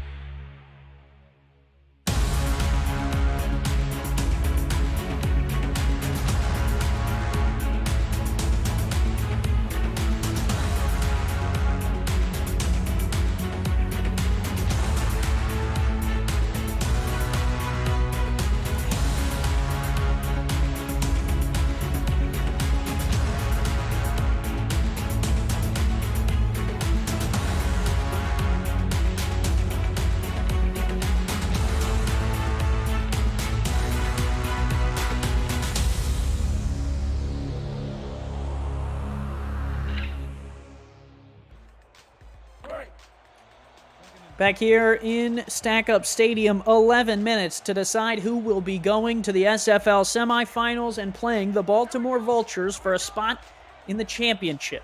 Trips tight formation here on 2nd and 5, the 12th play for the Predators on this drive. It's a shot to the end zone, and it's a score! Touchdown, Ken Maccaro! Touchdown, Charleston! That puts them one more score closer. Right there, Maccaro gets it. They needed the score. The touchdown's big for them. And now just so much closer to tying this ball game up. And like you mentioned on our break, that whole third quarter, we saw Louisiana have one drive, and then the rest of the time it was Charleston. They had the pick six, but wow, just talk about efficiency. Yeah, and to that point, Wade, Charleston may only get one or two more chances on offense, right? If Louisiana continues to bleed the clock, Charleston may be looking at really one or two more opportunities to get back in this football game via an offensive score. So for the Predators, super important to get this early score here in the fourth and not waste a bunch of time. Indeed, and really, you mentioned running the clock. Charleston likes to run as well, so I think the combination of both these squads running the ball a lot will run the clock down even faster. So really it'll have to show an imperative for Charleston to get another score. Both of these two teams have now crossed the 15-point mark that was the high of last matchup. Oh man, what a hit there. It was 15-0 the last time these two teams played. Both teams over 15 individually. APM Music is unrivaled music to bring your stories to life, inspiring every production with the world's most robust and constantly refreshed music collection, state-of-the-art technology, and world-class customer service. APM Music is the official soundtrack of the Simulation Football League. To explore their library and find perfect tracks for your project, visit apmmusic.com. First down look here for Louisiana, and they left Tommy Utah out to dry. He pays the price there. A huge hit from nearly half the defense. They'll credit John Lally with the sack. I don't know what Tommy Utah did to annoy the Charleston defense, but he had three angry defenders coming right at his head and brought him down. That time, they sandwiched him, brought him down for a 6-yard loss, and that is not what Louisiana wants to do to try to stay ahead. Now that'll be 2nd and long, 16 yards. You can just barely see the first down marker on the left side of the screen. Utah fires. That is caught, hauled in there all the way down to the 30. Nice grab by Garrison Blue. An 11-yard gain does a lot to wipe away that sack, and now it's a very manageable 3rd and 5. So it takes it from a 2nd and 16 and gets you 11 more yards. 3-3 look here out of Charleston. Split, spread, look. Here is Utah to throw. Utah going to take the deep shot down the middle, and it's batted away. Charleston's defense came to play on that one. Adam Banks, the intended receiver. They forced the 4th down right here, and they needed it. Charleston's defense played perfect right there, getting the pass deflection. But, hey, something would have been just a little bit sweeter if they get the interception. But, hey, they'll get it after a punt and try to take over and really run down this clock and get another score. Stamango with the deflection, and that Louisiana drive falls flat on its face, and Charleston, down by a single score, will get the football back for their offense. That is a huge defensive stand there to try and get the offense the football back. Malinishin will send this one away. And the return here for Charleston will only go out to the 31-yard line. 9:46 to go in the 4th. And Charleston gets the football back. Johnson, after that pick 6, Wade has looked like a different quarterback. He has. And really, I'm curious to see if he can, have a short memory and really just go after it. I mean, just act like that never happened and really just play like he knows he can play. Because he went 15 quarters without an interception, and, he's good. Spread look here. They give it off this right side. Swearingen cut down at the line of scrimmage. Blake Craze was over there in a hurry. These linebackers for Louisiana have played the run really well today. They have, and they've played the pass decent as well, and really it makes it a really tough out for Louisiana's defense when Charleston, plays into it and throws it into the defenders, but that time the defense stopped the run. Bunch formation here on 2nd and 10. They'll give it off to Swearingen, who loses more yardage. Right in there was Leonard Butler Sr., now his 2nd tackle for loss today, 3rd down. This Louisiana defense just continues to get stops behind the line of this run game for Charleston, and really that clock continues to go when they run these run plays, and now it looks like they're going to have to go through the pass. Gun trips left formation here for Johnson. Can he throw them out of this one? Johnson moves in the pocket, throws across the middle, caught! First down yardage! Oh, what a completion! Who else but Buchanan Simons? It couldn't be anybody else. I mean, we've seen his name called so many times today, and that time, Kentez Johnson had to step around in the pocket a little bit, find a better spot, and when he did, he saw Buchanan Simons over the middle, threw it to him, caught it, and then they get the big first down, and they continue to go, and now they're on their own 41, and they are looking at, what can we do to maybe hurt this defense a little bit more? Simons closing in on 150 yards today. What a day for him. Here is Johnson looking to throw, fires down. Oh, my goodness. An errant throw almost tipped right into the hands of the linebacker. My eyes went about the size of dinner plates right there, looking like they were going to take that and possibly go to the house. But luckily, Charleston gets bailed out, and it's just a drop by the defense. Everything a little more tense here in this 4th quarter of play, knowing your season is on the line. 4-3 look here out of Louisiana. They'll give it Swearingen, and Swearingen nowhere to go again.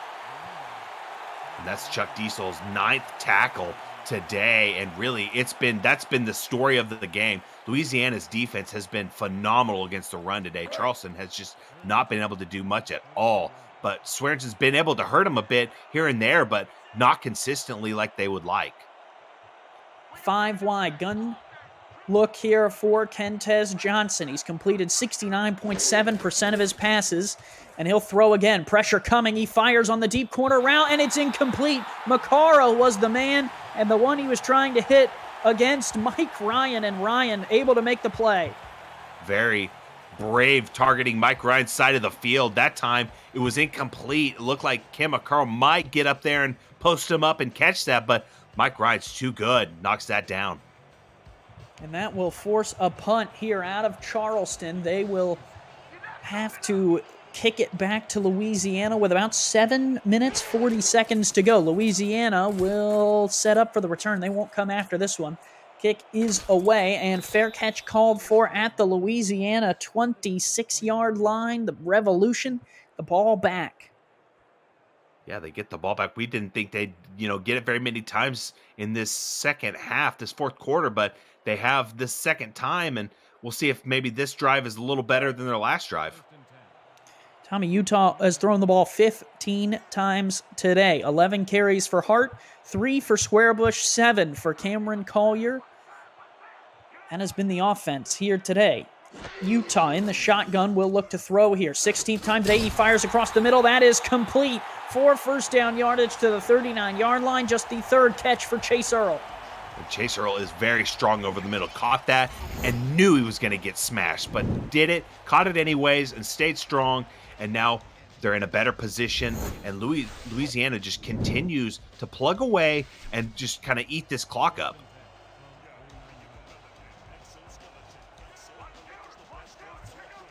Tight end flex out on the field. That's Garrison Blue there working out of the slot. 2 backs in the backfield, and Utah will look to throw. Fires across the middle. Almost taken away. Josh Reese. Oh, and he's kicking himself because he catches that. I think, Andy, I don't think anybody's stopping him if he catches that. But yeah, they get the deflection, and it just makes it one play closer to possibly getting the ball back. And Wade, those are the type of plays that whether you go home today or whether you move on to the next round, you look at those plays as difference makers, right? If we just could have had that interception, or if we just would have not thrown that interception. So that drop will loom big, and it looms big on that throw there, which is laced across the middle. A beautiful pass from Tommy Utah.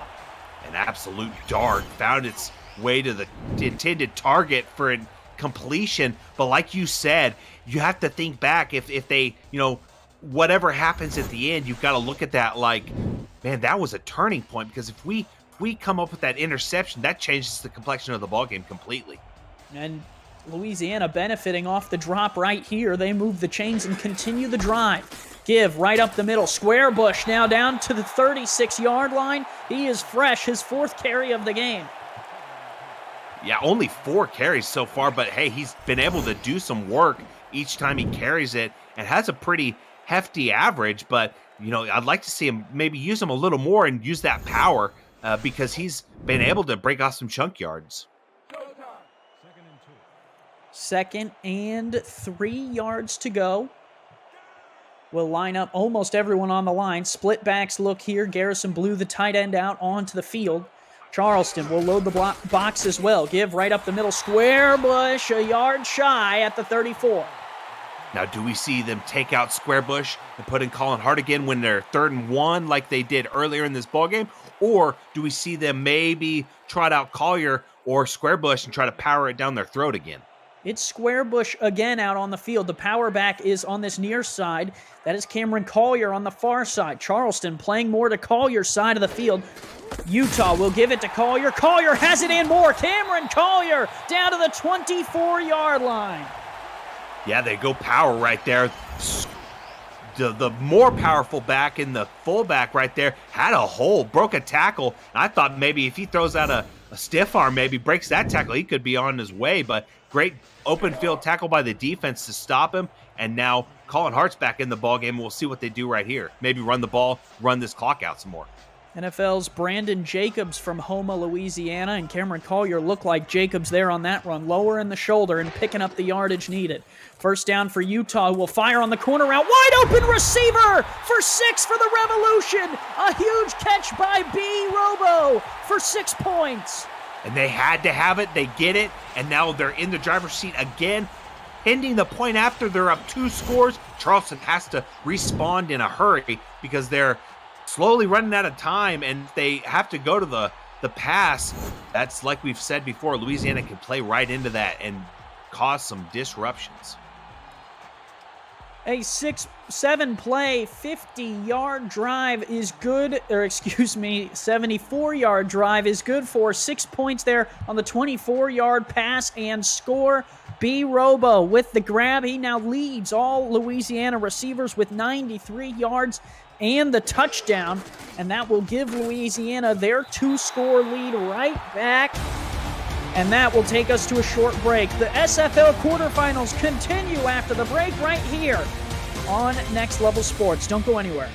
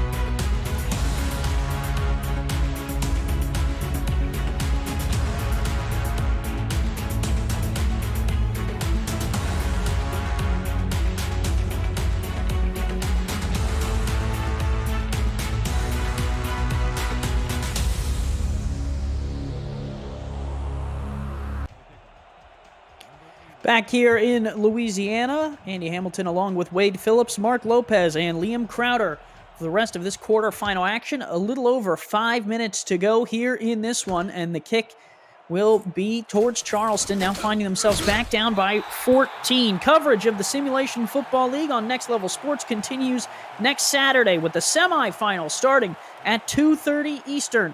Top-seeded Vancouver will host Lone Star, and the winner of today's game will square off for the right to play in a quest for the SFL Championship. They will take on Baltimore. You can visit NLSE.com to find Next Level Sports in your area. Speaking of being in your area, Charleston is going to have to find themselves in the area of the end zone and fast. Johnson fires across the middle and throws an interception on the first play. Mike Ryan, an unbelievable play that may just put a cap on this one. And who else to get an interception but Mike Ryan? None other than the one-time All-Star, and that time jumps the route, gets that interception, and may have just sealed this game. If they can really kind of run this clock out a bit more, leave Charleston nothing left on the clock to do anything, and they may have just punched their ticket. And for Mike Ryan's career, Wade, started out in San Diego, a little tumultuous there, finds his way to Louisiana, has built a home here in Houma, and has found himself with an interception that may have given his team the opportunity to finish this thing off and go to Baltimore to take on the second seed Vultures. Man, what a story for his career. Indeed, and that, I mean, how about it? I mean, he's been playing so well this season. I mean, we saw him consecutive weeks this season with an interception, and this week itself too on their own. So just phenomenal player. 2nd and 3. They still have to score on this drive. Split backs, and they will give it up. Randy Squarebush short of the line to gain 3rd and 1. And really, as the offense, you've got to keep running it and keep getting first downs, but really you've got to take that play clock as far down as you can, as far as you're comfortable with, at least single digits. That way you're not leaving Charleston any time to really get anything going. 2 backs in the backfield. Collier in front of Colin Hart. 4 down linemen for Charleston. Utah taking all the time he can and will hand it to Hart. Hart not going to get there, and they will have to line it up for a field goal attempt. And fitting here, Wade, that they're going to call upon their kicker to come out to try and put the points on the board. Otis Boudreau, who finished off Charleston single-handedly last time these two teams met. Fitting that he may have the opportunity to help put them away today. He did, and he took 5 field goals last time they played to really get that shutout. But this time, we really haven't really called his name other than point afters. And this time, he's getting his first chance to put up 3. Be about a 38-yarder, 39-yarder for Boudreau, not a gimme. He will put the boot to it. This one is up and through the poles, and that will make it 38-21, adding on now a 17-point game.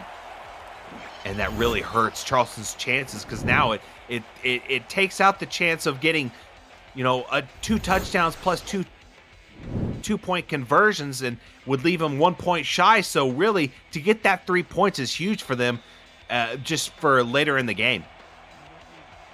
Boudreau will add and make it a 3-score game, and Charleston, backs against the wall, will have to try and fight their way out.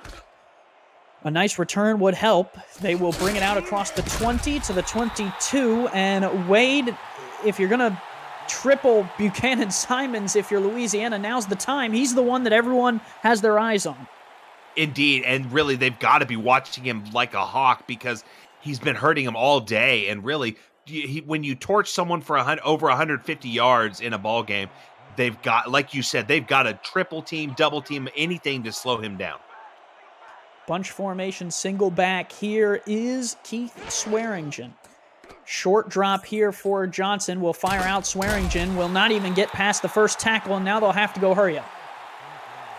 Yeah, hurry up, and the defense did a great job open field tackling and stopping him in bounds. Short drop again, and Johnson's buried on that one. Luther Gond up the middle will make it 3rd and 12. Johnson now a deep drop. Kentez under pressure will have to unload it. This one's tipped up and incomplete, and it's 4th down. Great teamwork by the defense. They got the pass batted up, and then the other defender comes over and just cleans the wide receiver up and knocks him down, so there's no chance of getting that reception. So great job by the Louisiana defense to really combine for the stop. 4th and 12 at their own 20-yard line. Louisiana 1 play away from feeling good about this one. Here's Johnson on a deep drop. Kentez going to fire down the middle. Tipped away at the last second. And the Revolution may have just punched their ticket to the SFL semifinals. Mike Ryan.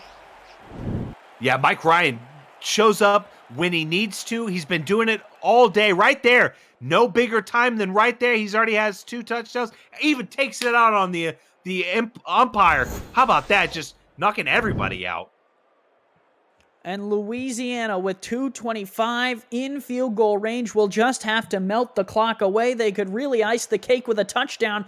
But Wade, it was the second half that Louisiana put together that put them in this position. It was. I mean, they held Charleston to just about 0 on the second half, and now she's showing that Louisiana is just in the driver's seat and really going to try to run this clock out, and it's been just all Louisiana all the second half. Colin Hart almost got loose on that one. He almost, smartly, Wade, spun back in the side and didn't score. He'll waste more time off the clock, and that's a veteran move from Colin Hart. 2 minutes to go in this one. 38-21, the Revolution in the driver's seat trying to close it out. It's the Simulation Football League quarterfinals on Next Level Sports.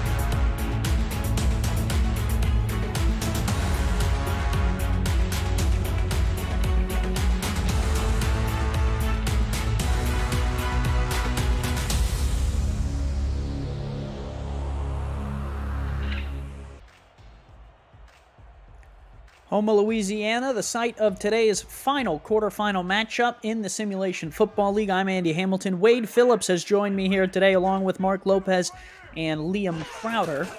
And Louisiana will have that first down there. Cameron Collier fitting to get the first down run. Charleston will burn their first timeout. But Wade, this one is really kind of capped off. It is. And it's really kind of been the story of the day for them. Just another run that is successful, at least to get them close to the end zone. But really, it's been all Louisiana, at least in the second half. The first half, Charleston was able to do some stuff and stay in the ball game, but really just hasn't been able to adjust to what Louisiana is doing in this second half. Backups are in for the Revolution. That is Wiska Lafouche in, and he will hand it off right up the middle. Randy Squarebush, a touchdown in garbage time. But hey, touchdowns count, and that is 6 more for Louisiana. They do indeed, and now they're very much in a comfortable lead that I do believe they can try to close this ball game out and take their talents to the next round. But really, you can't discount what Charleston can do the rest of this game, because still quite a bit of time left if they can get some onside kicks, get a score here and there. It's never over in this league, but you certainly would imagine that a 23-point difference would make it tough to come back for. 24 similarly would be very, very difficult with the 154 remaining. Charleston does have 2 timeouts. Kick is up and good, and we want to remind you that coming up on the APM Music post-game update, Cameron Irvine and Stephen Hacker wrap up this clash between the Predators and the Revolution, plus the bracket reveal heading into the semifinals next weekend. It's all coming up on the post-game update. Minute 54 to go, and I am imagining we will see some hurry-up out of Charleston. Really, Wade, though, it was the 2 interceptions forced on Kentes Johnson that put Charleston in this situation, as they will start their offense at the 25. But Wade, 15 quarters of no interceptions from Kentes Johnson. The ball game was tied. They were down by a score, and Johnson really 2 picks since then, and that's kind of been the difference. It has. And really, you knew it had to end sometime, that streak of no interceptions. But, to have them happen in this game at the times that they did, it's kind of heartbreaking. But hey, Charleston's had a great season so far, had a great game that they can hold their hat on and hold their heads up high. They put 21 on Louisiana. They didn't get the win, but they got to the second round of the playoffs. I mean, they had a pretty good season this season. Yeah, and certainly don't want to emphasize here as Johnson will drop back and fire one deep and wide open down the left side. Ken McCarro will have no one able to stop him. That is a touchdown for Charleston, their longest play of the day. A 50-plus yard pass reception for Kenny Mack, and it's 6 more for Charleston.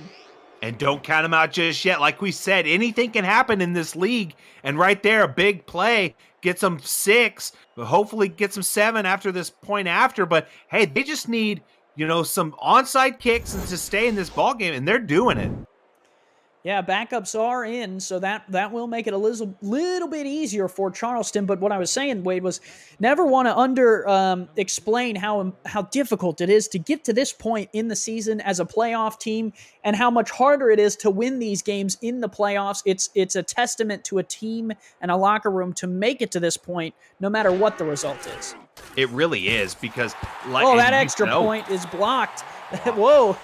Fireworks aren't done here, Wade. Sorry. Yeah, no, we're getting our money's worth today. It's a real barn burner, but like you said, I mean, you cannot take anything for granted. It's so hard to get to this point, even just to the playoffs in general, just to the wild card, and then to get a win, and then you're just facing a really tough team. It's just 2 really great teams, and one had to come up with a victory. Onside kick here, and Louisiana will bobble it around. It's still on the ground, and the Revolution will fall on it after a short period of time where it was anyone's ball, and now Louisiana will be able to pretty much kneel this one out. Yeah, really. They almost got it, but that's kind of been the day that Charleston's had. Just nothing really going right for them in this ball game, and that right there almost got it, but Louisiana jumped on it. Yeah, with the 2 timeouts for Charleston, the Revolution will want to get one more first down. They'll hand it off. Squarebush right up the middle. Squarebush! Oh, no way! Squarebush smartly, I think, slowed up a little bit there, Wade. He found himself in open room and really could have put the hurt on the Predators and respectfully decided to fall down, get tackled. Yeah, he knew he might have had a step on him, but kind of slowed up a little bit, let him tackle him, and really that'll probably put the wrap on this ball game, and they're going to try to run this clock out and really end this ball game. But great run and great awareness by Squarebush to hold up a little bit. Well, and that's a team mentality, right? And I think that's the most important part.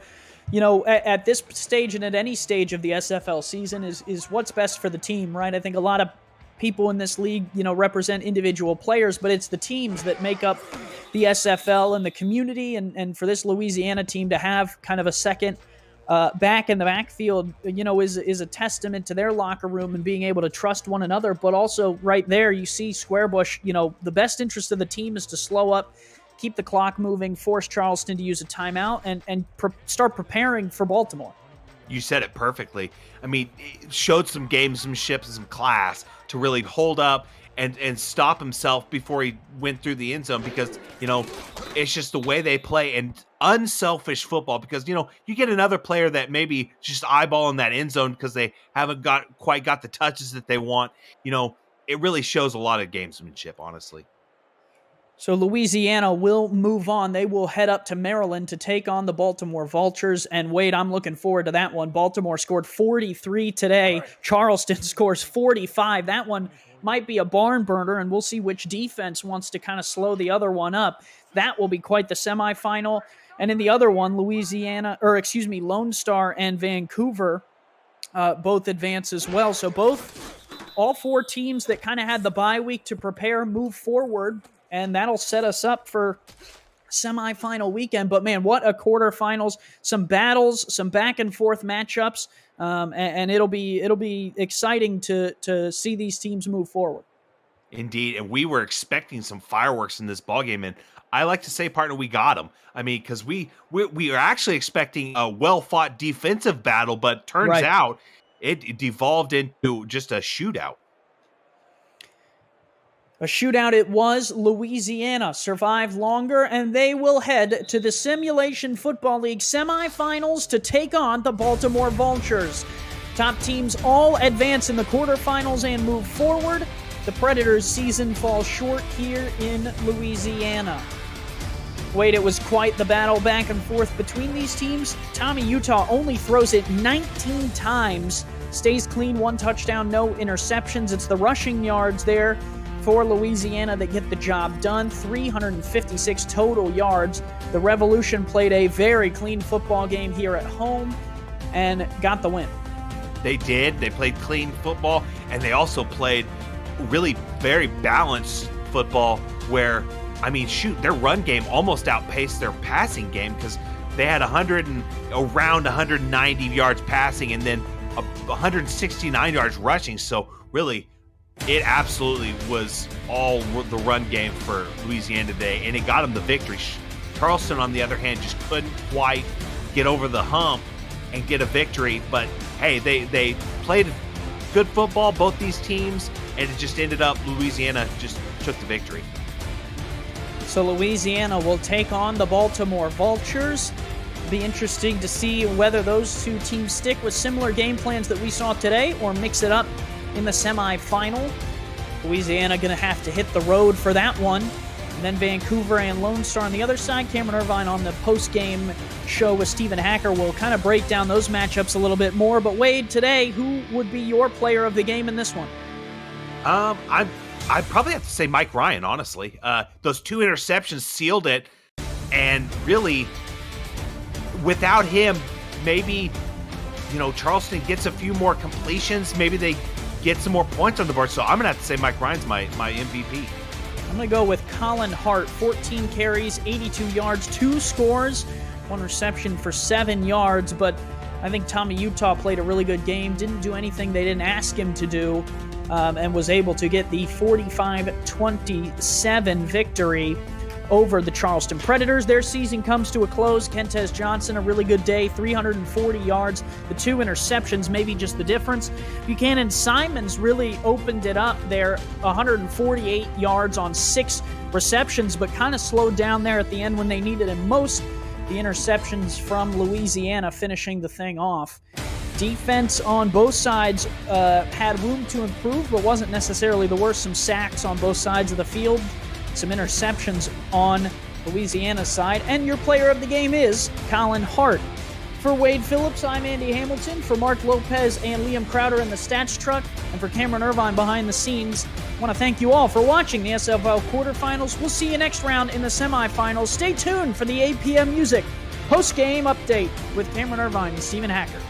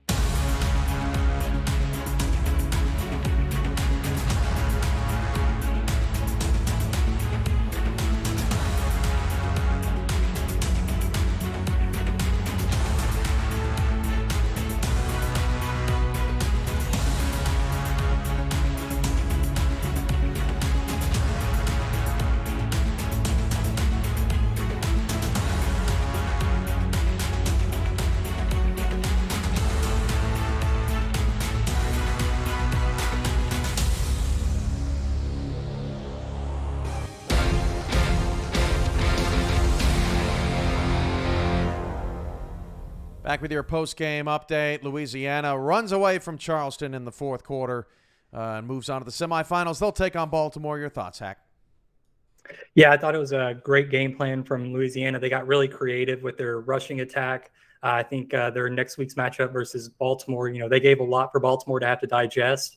So I thought the running game for Louisiana was phenomenal. All running backs continued with their averaging more than 4 yards a carry. So it's good to see that going on for them. They executed well. I think they brought out a passing attack at the right time during the season here in the playoffs. They got creative. Fortune favors the bold, and Louisiana unleashed a little bit of that here today, and it paid off big for them. I want to give a big shout out to Buchanan Simons, wide receiver for Charleston, just about 150 yards receiving in this ball game. And, this is somebody for Charleston that they've invested in as a player, has been with Charleston for many seasons. They've accepted his growth as a player on and off the field. And I think that that kind of loyalty pays off, and Buchanan played tremendously for Charleston here this evening. Well said. He had a phenomenal playoffs. So here is your remaining bracket. All the top seeds advance this weekend, and at 2:30 it'll be Vancouver and Lone Star, and then Louisiana and Baltimore will follow at 4:45. Hack, 90 seconds on how you see these semifinals right now.